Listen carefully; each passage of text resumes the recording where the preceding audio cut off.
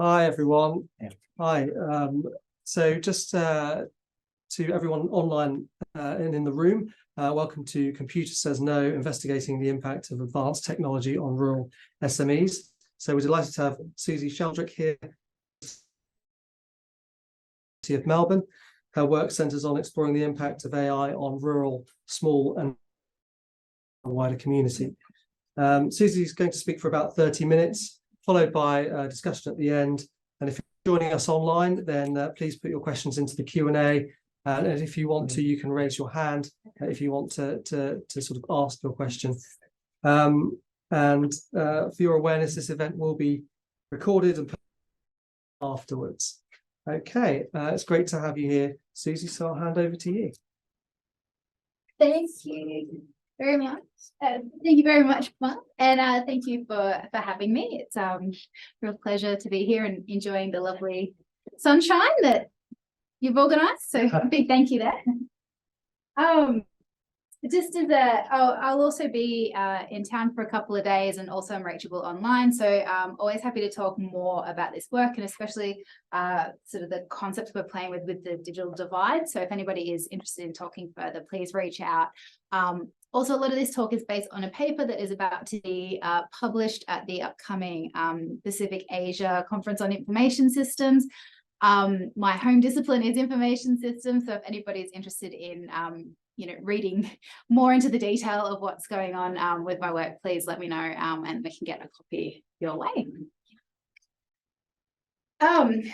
So just to start with, I want to explain why I've chosen to go into rural SMEs, especially being Melbourne based. I do get that question quite a lot.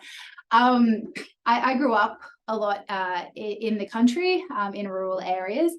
Spent a lot of time in my childhood, but most importantly, I managed to find some good karma went my way. And as the world went into lockdown due to the pandemic, I found myself stuck at my parents' pub in the country.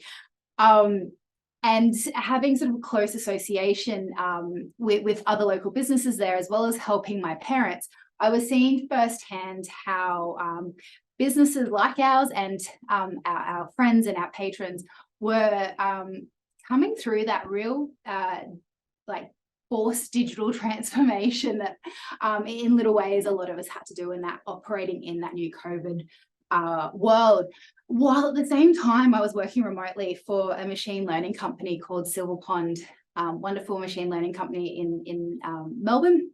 I was working remotely there, so I'd be coming from these conversations dealing with some of the best engineers in the country, and then helping somebody make a card payment for the first time because they never used cash. So it was a real sort of it felt like I was operating in a couple of different worlds. This is different for rural SMEs and how they are in fact being impacted.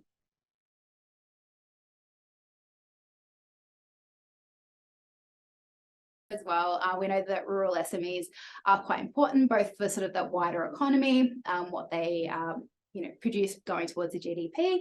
They provide employment and local employment. And there's also these smaller locally owned businesses tend to contribute to a more equal wealth distribution. Those profits and proceeds from the company are staying usually more locally, which does help that local economy. On that social front as well, they're able to provide services that can be unfeasible for large organizations. So you think of these small rural towns. I'm sure that it's the case in the UK as well as it is in Australia, where it might not be possible for the large grocery chains to set up and staff a convenience store, or those groceries, where to get the milk, things like that, but a small business can do so. And playing into that, there's also sort of quite an impact they can have on that culture and that community cohesion in these rural areas. Just for definition sakes as well, with SMEs, I'm going off the definition we're using in Australia, which is businesses up to about 100 employees. So small businesses are up to 20 employees, and medium-sized enterprises up to 100. That's roughly what we're looking at when I'm talking about rural SMEs. And rural just sort of going from, I'm using the term rural to encapsulate remote and regional businesses as well, just sort of pulling them all under one banner and to, minimize the amount of R's I have to pronounce. But it's really looking at, these businesses and locations that aren't in urban or metropolitan areas. And again, I'm using advanced technology. It's a lot of focus on AI, but we're using advanced technology to encapsulate things like automated decision-making and algorithms and data that sometimes don't fit the definition of AI, but their impacts and how we might choose to govern or respond to these is quite similar. So we're keeping that into that same banner there. So I'll be using those terms somewhat interchangeably.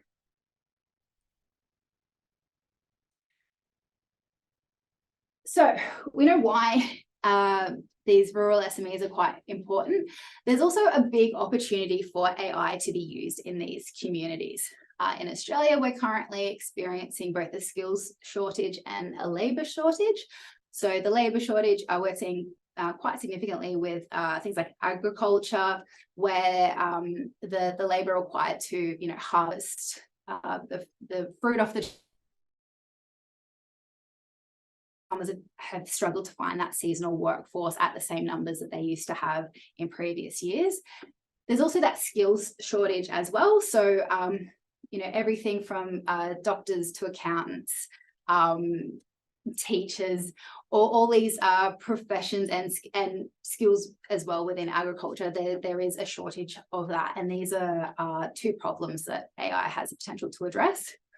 There's also things like healthcare opportunities, being in a remote area or regional area, seeing healthcare professionals, and, there is this opportunity for advanced technologies to mitigate some of the disadvantage that, or, inconveniences as well that can exist by being in these more rural areas.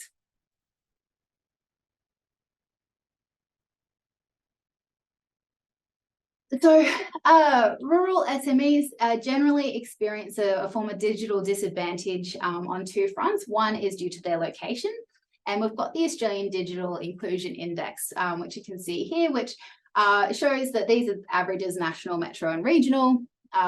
Regional is behind metro and national. And that being aggregate score, so there were areas that in the research we were going to that were 10 points below the national average there. And these the index measures access, affordability and digital ability as well. It's a yearly initiative that's been done for about the last 5 or 6 years, and it is sort of quite a quantitative measure of how Australia's digital inclusion is going. I've also got a map of Australia here, which gives you a bit of an indication as to the size of Australia. I'm sure you might have been aware Australia is quite a large country. What's important here, though, is that we're a population of about 25 million, and a lot of that is concentrated on the East Coast. So when we're talking about internet connectivity and sort of a lot of these digital inclusion aspects, where we're dealing with areas, quite a lot of area that doesn't have quite a lot of population, and sort of the issues that can come with that, which we'll be going into as well. And just to illustrate that a little bit as well, I just want to sort of bring your attention to the town of Wilcannia, which is located, I would say, probably in this Romania, Serbia, Bulgaria region, if we were to compare this to the map of Australia. A town of about 750 people. At the start of pandemic, when in Australia went into lockdown and students were required to be homeschooled, a lot of families in that area did not have broadband access, and even their mobile internet it was patchy at best. So that sort of created a real issue with kids trying to be homeschooled. They're in the news again the following year when there was a COVID outbreak, and this was at a time when a family member or household member had COVID, everybody had to isolate. There was a real issue with getting fresh food and supplies, And, in contacting government services, at one stage, one person was told to order Uber Eats. And this is a town of 750 people and about 200 Ks from the nearest major centre, which would have takeaway food and probably delivery. I'm not sure about Uber Eats. So it's, there's these, we relied on these digital tools throughout the pandemic. And that was sort of the fallback here. And there was this expectation of literacy in these digital tools. But how that actually played out on the ground wasn't quite as streamlined as I think a lot of people were expecting. And so this, I think, highlights, while it's not directly related to the small businesses, it does show just how that, that disparity is real, and that disconnect between what's going on in the city and what's going on in the bush. That's quite real there. As well with SMEs, they are at a digital disadvantage as well due to their organisational size. They have limited resources and technical expertise often, which makes it harder to, jump on board and even just try out a lot of these tools. And as well, a lot of the AI systems can be designed for larger organisations, which means they might not be suitable for these smaller businesses. One of the participants we spoke with was quite keen to try new digital tools, always looking for a way to make life a little bit easier, and found it was quite good, but just wasn't suitable for their business. They could see how it would be great if they had a larger enterprise. But with what they were using, they actually went back to using a whiteboard and an Excel spreadsheet, because that tool just, wasn't really designed for their needs and the what they would have to amend and change in their processes to really adopt it.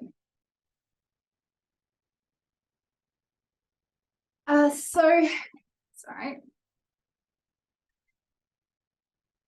A lot of my PhD is sort of drawing on the digital divide as that foundation. And that's a sort of a framework or a form of the literature that's been around since about 95, looking at the haves and have-nots of digital technologies. So at first it was concerned with who has access to broadband internet. As technology and our use of technology has evolved, we've seen new waves come in as well to really capture, well, if someone has they were finding initially, it's great if you've got access, but if you don't know how to use it, are you really able to, utilize the benefits of digital technology? So that second wave went to skills. And then we had outcomes, which is quite an interesting part of the research, because it's acknowledging in the outcomes wave that not all interactions with digital technologies are a positive, that people do have negative outcomes, and how we sort of bounce back from that, and the resources that people might have in order to sort of combat that. So and what's important here is these are still very much applicable to AI and advanced technologies, and we will cover that as well. But in doing, through the studies and literature reviews, it was hard to find ways in which those waves could fully capture the unique disadvantage that AI can perpetuate. It's compared to previous forms of ICT. Like, for example, when you got a smartphone, you have to buy a smartphone, you have to physically, have a smartphone. Whereas so many people are using AI, it's not a question of adopting, they're using it without necessarily being aware of it. So other scholars have as well been thinking about this and, proposing new forms of the digital divide, or, looking towards AI, algorithms, automated decision making. And what we've done is proposed a fourth wave of the digital divide that encapsulates this. And we've broken that into awareness, agency, and amplification. So to that awareness, as it sounds, just being aware of the presence of AI, being aware of its limitations, being aware of how it might be impacting them. Agency is that ability to question and contest decisions. With agency, we're drawing a lot on the ethical principles of transparency, accountability, and contestability.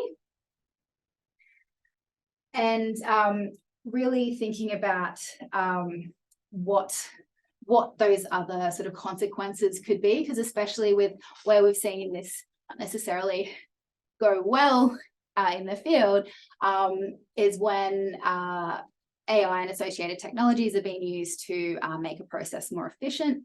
In doing that, they often limit the sort of those resources people have to question and to ask more about it in that cost-saving measures. It's not only automating that process, it can also in that same time eliminate those avenues for contestability. So we're really looking at that as well with agency and a lot of those power discrepancies that can really come out of the woodwork even more when we've got AI attached to them. And finally, amplification, what's exasperating inequalities, what existing inequalities have been exacerbated, drawing a lot on sort of the bias, research and representation and data with that as well. So that sort of gives you that theoretical foundation for the work there. So currently, a lot of what I'll be showing now will be findings from the first study, which was undertaken last year in Australia.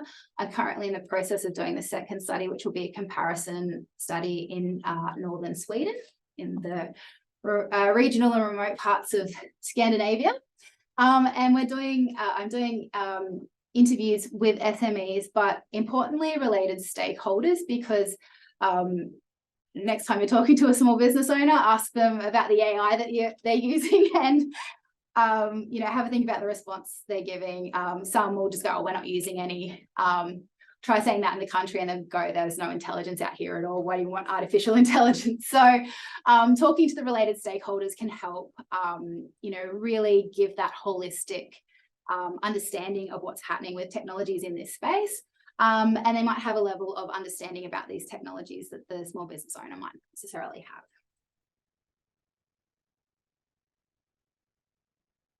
have. One of the big findings I wanted to bring up first was that there is an interest in AI and advanced technology for businesses. In Australia, there tends to sort of be this societal assumption that in the country people don't want technology, that, you know, there's this conservative framework and there's not that want to digitize. Whereas while there are people that are you know, definitely do have that sort of attitude, a lot of people were quite interested in looking at ways technology could help their businesses. Running a small business is and a medium-sized business is incredibly hard work. So these little incremental things that can make running these businesses a lot more enjoyable, or helping the owners and managers focus on, you know, the part of the job they're there to do, and that they're excited about as well, is quite an interest there. But of course, there is a but. While there is that appetite, it has to be better than the alternatives. There's not sort of this blind, yes, let's go adopt everything approach.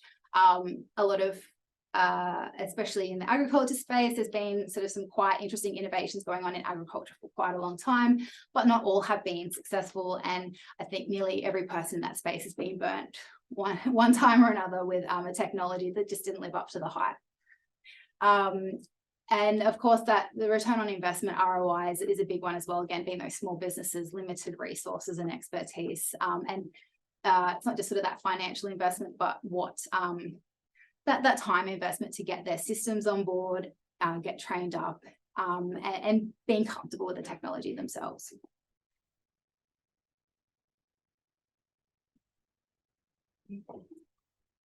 So we're going to go to, sorry.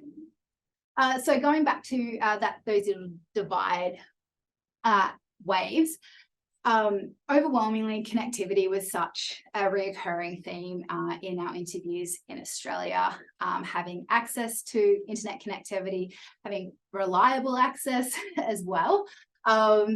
It's the sort of thing, while, you know, in this case, the respondent wasn't talking about using AI, they were just talking about their register running online, and on at busy times when there's lots of people there, that's, you know, swamping the system, and their connectivity could cut out. So it's like, you know, the connectivity issue is literally impacting their ability to collect revenue.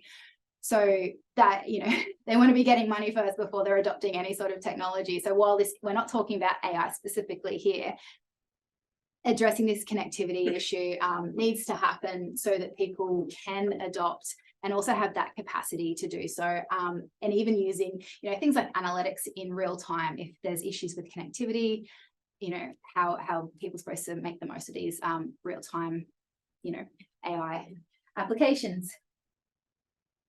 To this access as well, there can be a problem with the connectivity can be where people are self-excluding. Some of this is a bit of a skills issue, with connectivity being quite a complex thing.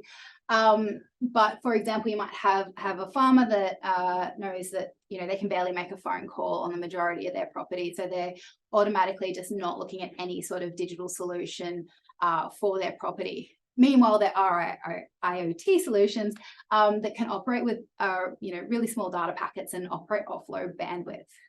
So there are ways they could be using it, but their understanding of connectivity might be is limited, that they're just automatically excluding themselves from that, which is sort of quite an important but secondary consideration there.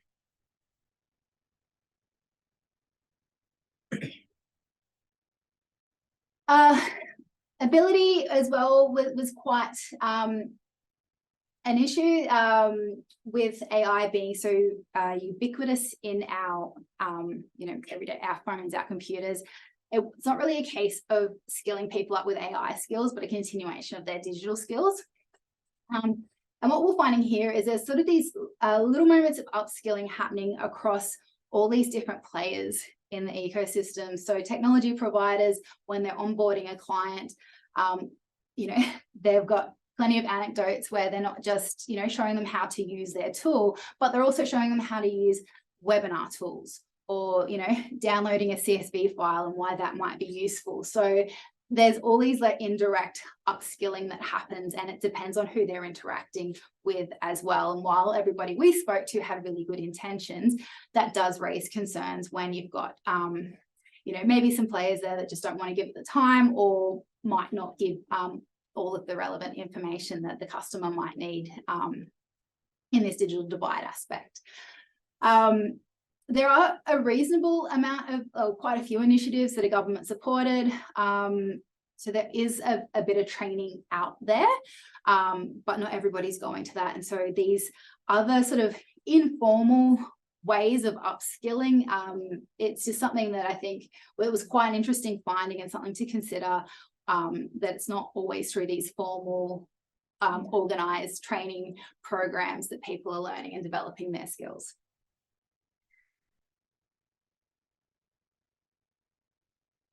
On the outcomes front, we really saw a lot of the participants appreciate the impact digital technology in general has had on their ability to operate their businesses from these regional areas. Somebody I spoke to while I was in Sweden actually made the point of they've been manufacturing sort of some small personal items for quite a long time, and they were starting just as you're able to have an online shop, and that allowed her to sell those directly to her customers. She didn't have to go through an intermediary to take it to a boutique in a larger city to sell there. So it really opened up a lot of freedom there.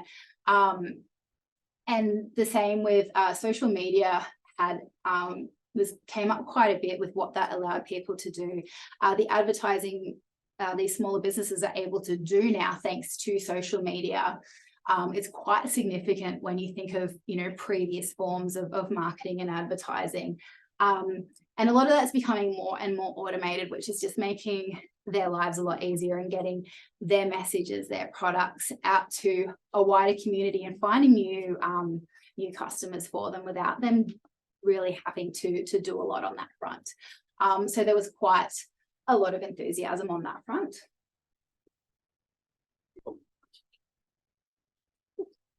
As well to that, we really saw that aspect of community come out with these rural small businesses. There's quite the desire to share what they're learning, sharing when they're getting these new innovations, things like, you know, if someone got a new piece of machinery, especially if it is in the agricultural space, they want people to be coming and seeing it, be it their bank manager, the farmer down the road, you know, the kid's soccer coach. It was all these sorts of things. They're wanting to share that. And that leads into that informal network and how, as a community, they can be quite an impact on how the region utilizes digital technologies, not just these small businesses in isolation. So I'm going to go into a bit of detail now with the findings in our fourth wave. So there were those traditional waves, and yeah, like I said before, they're still very much applicable, but there's a certain element to AI that we're just not feeling is encapsulated in those waves. So we'll be going through that a little bit more now. Awareness, we were quite pleasantly surprised with the awareness that was represented in the data set. A lot of people were able to, when we were directly interviewing the participants, talk about the AI that they were using in their businesses, usually through social media, or talk to what was happening in the industry, especially in agriculture, and understanding what was being used and having a reasonable idea of how it was operating. But it was limited. So where everybody could talk to, you know, the algorithms on social media, where it was being used in other aspects, like the bookkeeping software they were using, they were less aware of. But then there's a question of how much do we need to know? You know, that's sort of, I think, a wider question a lot of us have been grappling with in the AI space is, you know, where's the line of, you know, we don't want to over notify people that you're using AI, because I think we'd just be getting pings all day long. But that was quite interesting on that front. And yeah, there was quite a sophisticated understanding for a lot of people there. With agency, we found it quite interesting what people were concerned about. There was, you know, nobody wants to be hacked, but it was sort of less of a concern for some people. Others, on the other hand, weren't wanting to, you know, commit their number for two-factor authentication. So it's sort of probably an understanding there of like how, you know, providing a phone number would be used. I think there was a fear of a scam happening while, you know, and you know, that number being misused. But you know, with a lot of these larger tech companies, it's not really in their interest for that to happen. You know, the benefits of giving that data up versus the two-factor authentication, they sort of weren't really able to weigh that up. And then as well, there was quite interesting where people who were generally, you know, traditionally, those innovator class, the people that were wanting to take on technology and are usually in that space, were showing concern, just like those late adopters and the people who were less likely to adopt technology. So there's questioning coming from both parties, whereas you know, with previous forms of technology, that hasn't quite been the case. And so for that innovator class, it's a case of understanding it a bit, but of course not being able to understand everything with that black box. And so there was definitely caution being raised there. Data sovereignty, it was quite interesting there, where some, you know, weren't really that fussed, but then there's some interesting and quite innovative startups in the ag tech space that are really, you know, looking to renegotiate how data is used when using AI products in that space, and, you know, brokering favorable deals for the end customer there. And finally, on the amplification front, honestly, the most obvious indication of this was when we were transcribing the interviews, used a you know, software and the word processing tool, and it struggled so much with the accents and the colloquialisms, even the industry jargon that was being used, which really indicates that hasn't been trained with those sorts of voices in mind and those sorts of use cases. The most obvious issue being, I think it would have been trained on data, and we were saying data. So even just that, and that was being used a lot throughout these interviews. So that was something that was just constantly being, you know, misattributed through that. there's concerns as well about how these, groups that in general that are already being impacted by the digital divide, how they could, AI on top of that could just amplify and exacerbate that existing inequality. And that's something that was sort of raised in the literature and that we'd like to sort of investigate a lot more. And then finally, that representation in data. One study I found, I explained that rural small businesses in particular were more resilient than those in urban areas for a lot of different reasons there. And that's the sort of information that would be really crucial if you were, in a capacity in a financial institution wanting to loan to small businesses.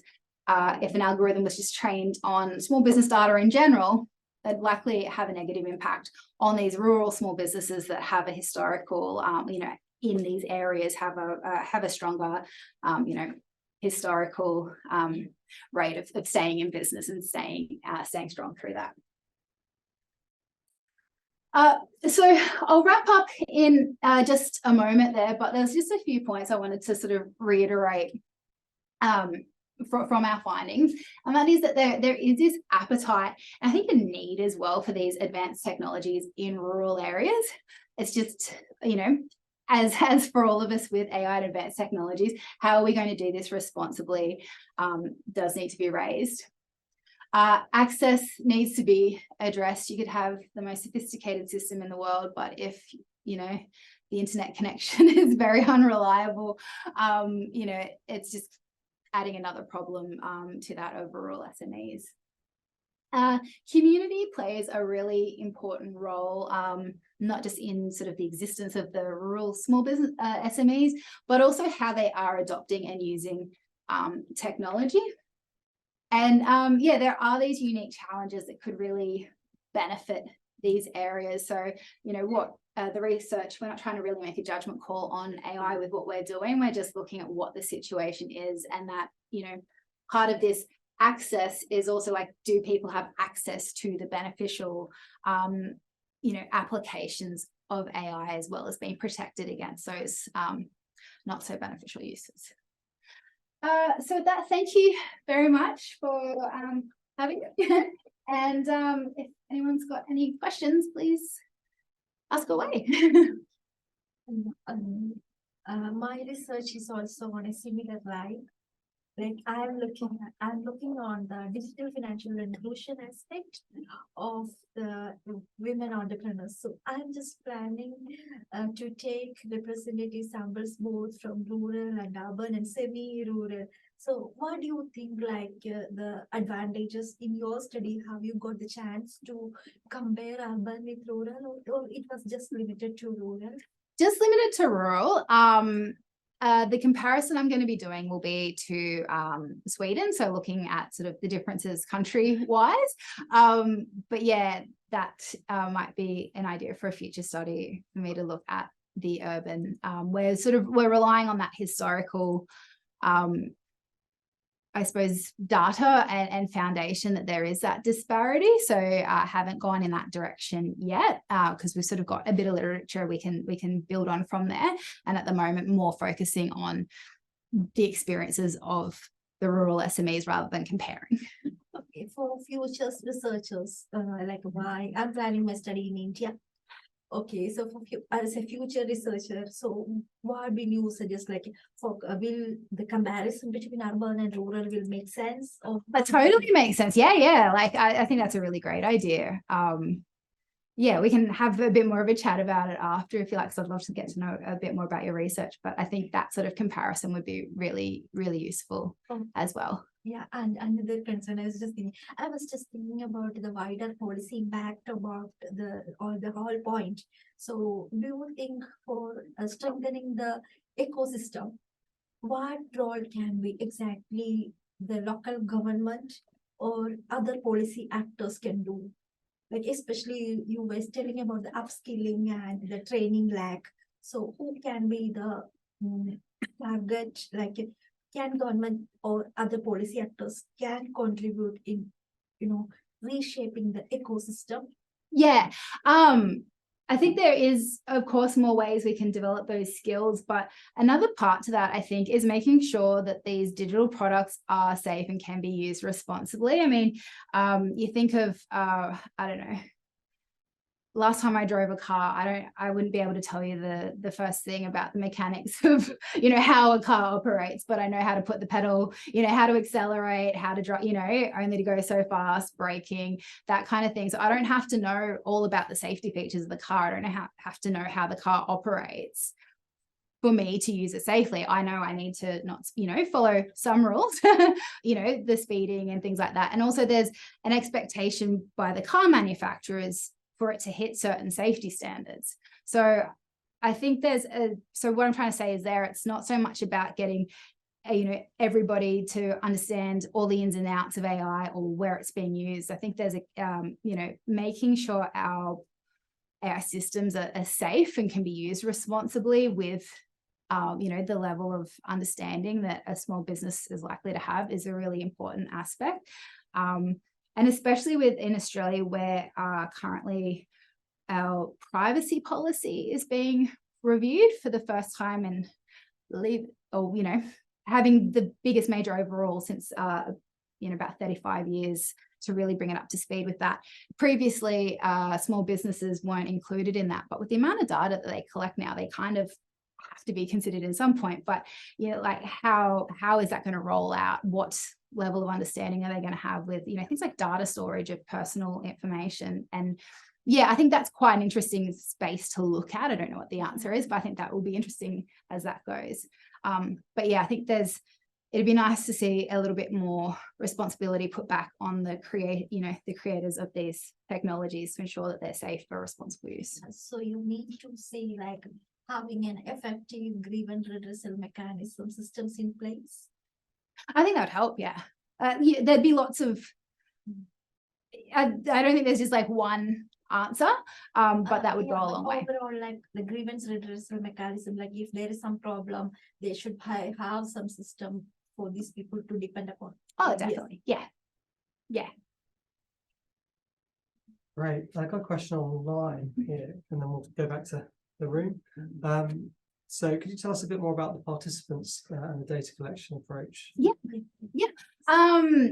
So it was 16 participants. I was in a regional area. I had some organized beforehand. Some were from small medium businesses.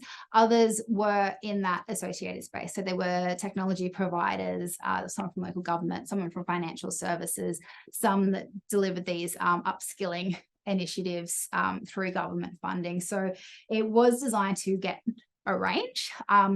They're in-depth qualitative interviews. So 16 sort of provided quite a rich data set for what we were doing. I know if there's quantitative researchers listening, that sounds like a horrifically low number, but for the research we were doing, that was provided quite a rich data set. I can pass on the paper, which I do go into a lot more detail with what we're asking and who we were talking to and that sort of spread, but that's sort of it in a nutshell. Right. That is wonderful presentation and an interesting topic, the strengthening of, let's say, rural economies and rural SMEs are a must needed thing for a sustainable development of growth. But it's not a question, but generally a concern about the agency factor. So let's say when it comes to the data sovereignty and let's say data protection. And so I understand, let's say if it's in European Union, or I don't know what is the data protection laws in Australia right now, but for EU and let's say UK, it's more stringent and a more transparent data protection laws, right? In place GDPR, I think it is. But when it comes to, let's say, countries like India or let's say South Asian, the so-called underdeveloped or developing countries, the data protection laws are more of a gray area. You don't know what happens, right? Yeah. And so when it comes to AI, it obviously incorporating technology to develop or strengthen rural SMEs or let's say agricultural, agriculture, maybe it's the need of the hour. But the thing is that most of the technology is developed at this point of time, when it comes to AI, it has something to do with MNCs and, the most of the development, research and development is happening with MNCs, right? So at a time, when the governments, let's say the current government in India is more in support of corporating, like let's say inviting corporates to agriculture and taking over the markets, and then the AI will take over all the data. And at a point when, let's say, people even says a third world war will be on data. So how will that, how to incorporate that, all the information from the farmers, let's say, one of the biggest SMEs in India will be farming sector, right? So all the information from the farmers will be going to this platform, and this data, we don't know where it's going. Yeah. So that's the concern. So how to, let's say, when it comes to, let's say, so-called third world countries, how will we address the concern? Yeah, look, I think this is something we'd probably have to discuss a lot more about. I'm not terribly familiar with No, there's a concern. Right? Yeah, no, it's a really valid concern, and that's something as well that I'm quite concerned with where people I was speaking to in Australia. There's that concern of like that, and with agriculture as well. There's sort of like this real tie to the land, and this is my land. This is it could be in the family for generations, and there's a lot of I think that industry shift as well from agriculture to technology, where even just, that software as a service, buying a tractor and then having to subscribe to the software is something that is a bit of a challenge in the agriculture industry, where they've previously, bought the machinery, on a loan or something, but then they've owned that, and they've owned like the outputs, that then data going somewhere that they might not be able to access as well. Like that's another issue. It's like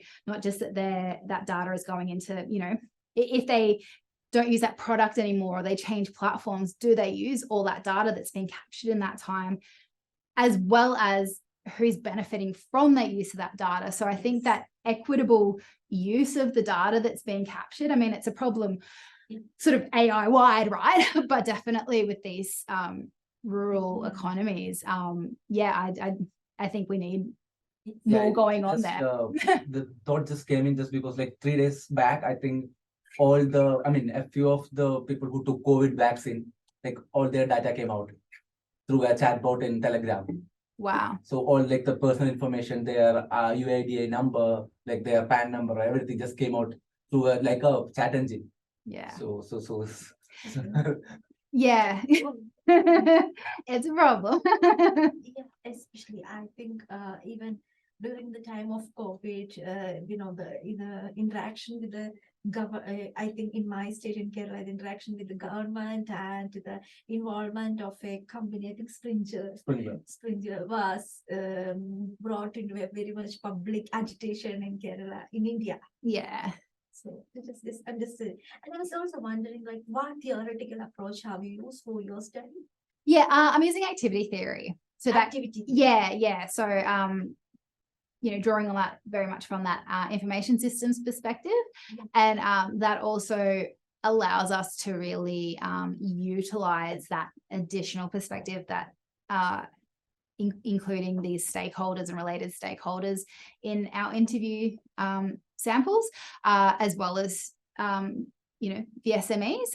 Having that is activity theory really lends itself well to that. But again, a lot more detail in the paper if you're wanting to have a look at that. Yeah, when will your paper be out? We'll have a chat after this, and I can get the conference is in a couple of weeks, so I can definitely get it to you then. Okay, yeah. Looking forward to that. Fantastic. Yeah, just send me. I'll chat to you. But if anyone else is interested, send me an email, and I can get that out when it's available. I think we've taken all the questions that are online at the moment. So I guess if anyone in here wants to stick around, you can have a further chat. Cool. Thank you so much. Thank you, Susie, for a great presentation. Thank you. Thank you you. all for coming along, and thanks for the questions. Cheers.